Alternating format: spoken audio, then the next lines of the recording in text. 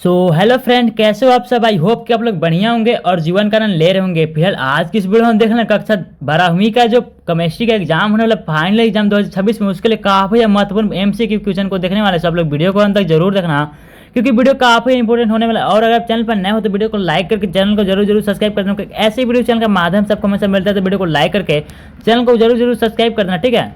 तो चलिए फिर देखते हैं सबसे पहले प्रश्न को। तो यहाँ पे सबसे पहला प्रश्न बोलता है आपका, निम्नलिखित में से कौन सा अनुसंख्या गुणधर्म है। तो 2022 का पूछा हुआ क्वेश्चन आपका पूछा जाता है, ठीक है। तो इसका जो राइट आंसर हो जाएगा वो जाएगा पारस्परिक दाब, ठीक है। ऑप्शन नंबर सी इसका राइट आंसर हो जाएगा, ठीक है। आगे आपका आता है क्वेश्चन नंबर 2 बोलता है आपका, बिलियन का वह गुण जो विलय के कणों की संख्या पर निर्भर करता है कहलाता है। यानी कि बिलियन का वह गुण जो विलय के कणों की संख्या पर निर्भर करता है, उसे हम लोग क्या कहते हैं, उसे हम लोग बोलते हैं अनुसंख्या गुणधर्म बोलते हैं, ठीक है। उस ऑप्शन नंबर ए इसका राइट आंसर हो जाएगा।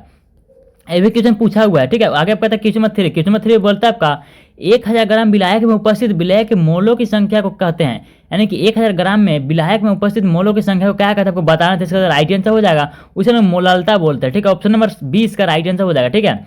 आगे आपका क्वेश्चन नंबर 4 बोलता है आपका, फैराडे के विद्युत अपघटन के प्रथम नियम के अनुसार इलेक्ट्रोड पर जमा हुए पदार्थ का द्रव्यमान किसके समानुपाती होता है, किसके समानुपाती होता है, आपको बताना है। तो इसका तो राइट आंसर हो जाएगा ऑप्शन नंबर बी, यानी कि आवेश के समानुपाती होता है, ठीक है। आगे पता क्वेश्चन नंबर 5 बोलता है आपका,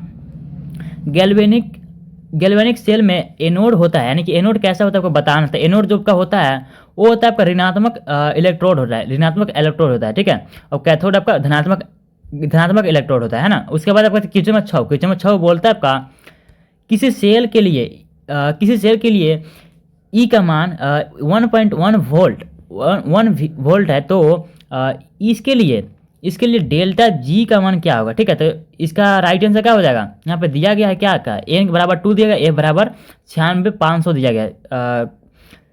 तो इसका जो राइट आंसर हो जाएगा ऑप्शन नंबर बी, यानी कि ऋणात्मक इसका राइट आंसर हो जाएगा, ठीक है। आगे आपका क्वेश्चन नंबर 7 बोलता है आपका, प्रथम कोटि की अभिक्रिया, यानी प्रथम कोटि की अभिक्रिया के लिए वेग स्थिरांक का इकाई जो आपका होता है पर सेकंड होता है, पर सेकंड। यानी ऑप्शन नंबर सी इसका राइट आंसर हो जाएगा, ठीक है। आगे पता क्वेश्चन नंबर 8 बोलता है आपका, किसी रासायनिक अभिक्रिया की दर किस पर निर्भर करती है, किसी रासायनिक अभिक्रिया का दर किस पर निर्भर करती है, आपको बताना। इसका तो राइट आंसर हो जाएगा अभिकारक की सांद्रता पर, यानी कि ऑप्शन नंबर ए इसका राइट आंसर हो जाएगा। आगे आपका क्वेश्चन नंबर 9 बोलता है आपका, अभिक्रिया की अर्ध आयु, यानी कि T1/2 अभिकारक की सांद्रता में स्वतंत्र होती है। तो इससे क्या स्वतंत्र होती है, आपको बताना। इसका तो राइट आंसर हो जाएगा ऑप्शन नंबर बी, यानी कि प्रथम कोटि की अभिक्रिया, यानी कि ऑप्शन नंबर 20 का राइट आंसर हो जाएगा। आगे आपका क्वेश्चन नंबर, ये सारा का सारा क्वेश्चन पूछा हुआ है आपका, बार एग्जाम में पूछा जाता है ना। उसके बाद आपका क्वेश्चन नंबर 10 बोलता है आपका, निम्नलिखित में से कौन संक्रमण तत्व कौन है, आपको बताना। इसका राइट आंसर हो जाएगा जिंक हो जाएगा, जेडन इसका राइट आंसर हो जाएगा ऑप्शन नंबर सी। आगे आपका था क्वेश्चन नंबर 11 बोलता है आपका, संक्रमण तत्व रंगीन यौगिक क्यों बनाते हैं, यानी कि संक्रमण तत्व रंगीन यौगिक क्यों बनाते हैं बताना है। इससे तो राइट आंसर हो जाएगा ऑप्शन नंबर सी, यानी कि डी संक्रमण के कारण, ठीक है। उसके बाद आपका था क्वेश्चन नंबर 12 बोलता है आपका, लेंथेनोइड संकुचन का कारण है। इसका क्या कारण होता है, आपका बताना। इसका राइट आंसर हो जाएगा 4F इलेक्ट्रॉनों का दुर्बल परीक्षण, ठीक है। उसके बाद आपका क्वेश्चन नंबर 13 बोलता है आपका, संकुल दिया गया आपके पास में CO की उप सहसंयोजक संख्या बताना है, ठीक है। संकुल यहाँ पे दिया गया है। इसका राइट आंसर हो जाएगा ऑप्शन नंबर डी, यानी कि 6 इसका राइट आंसर हो जाएगा। आगे आपका क्वेश्चन नंबर 14 बोलता है आपका, वह उप सहसंयोजक यौगिक जिसके केंद्रीय धातु परमाणु से एक ही दाता परमाणु से जुड़ा लिगैंड एक वलय बनाता है कहलाता है, वो क्या कहलाता है, आपको बताना। इसका राइट आंसर हो जाएगा किलेट लिगैंड इसको बोलते हैं ना, किलेट लिगैंड इसका राइट आंसर हो जाएगा, यानी कि ऑप्शन नंबर बी।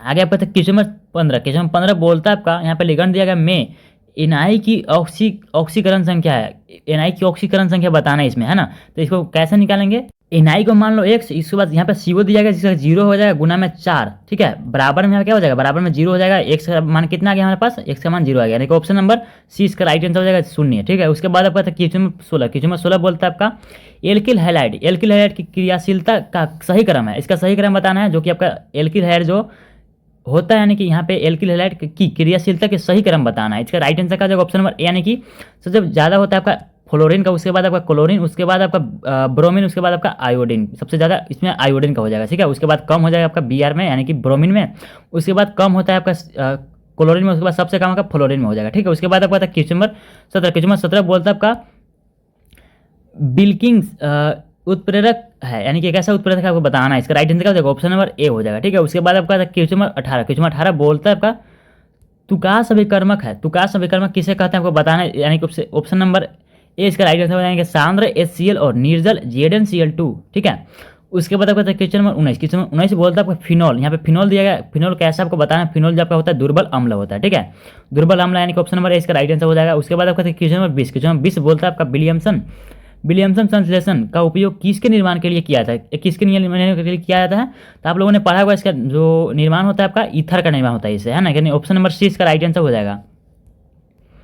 उसके बाद आपका क्वेश्चन नंबर 21, क्वेश्चन नंबर 21 बोलता है आपको निम्नलिखित में से आर, यहाँ पे क्या देगा? CHO समूह प्रदर्शित करता है। CHO यानी कि जाएगा, इसका मतलब क्या है? यहाँ पे एल्डिहाइड हो जाएगा, ठीक है। CHO का मतलब क्या होता है? एल्डिहाइड, यानी कि ऑप्शन नंबर 20 का राइट आंसर हो जाएगा। उसके बाद आपका था क्वेश्चन नंबर 22, क्वेश्चन नंबर 22 बोलता है कार्बोक्सिलिक अम्ल। कार्बोक्सिलिक अम्ल में अम्लीयता का कारण है, इसका अम्लीयता का क्या कारण हमको बताना है। इसका राइट आंसर क्या हो जाएगा? ऑप्शन नंबर सी, यानी कि कार्बोक्सिलिक आयन का अनुनाद जो कहता है स्थिरीकरण के कारण क्या होता है? अम्लीय होता है, ठीक है।